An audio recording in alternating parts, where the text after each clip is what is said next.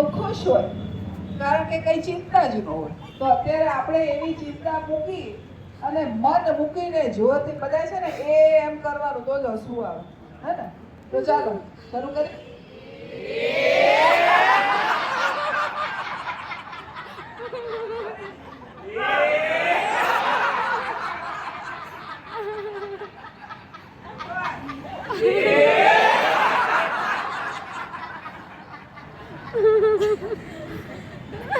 તો આપણે સૌ કાલે પાછા મળીશું, આપણા મિત્રોને, સગા સંબંધીઓને બધાને લઈને આવીશું.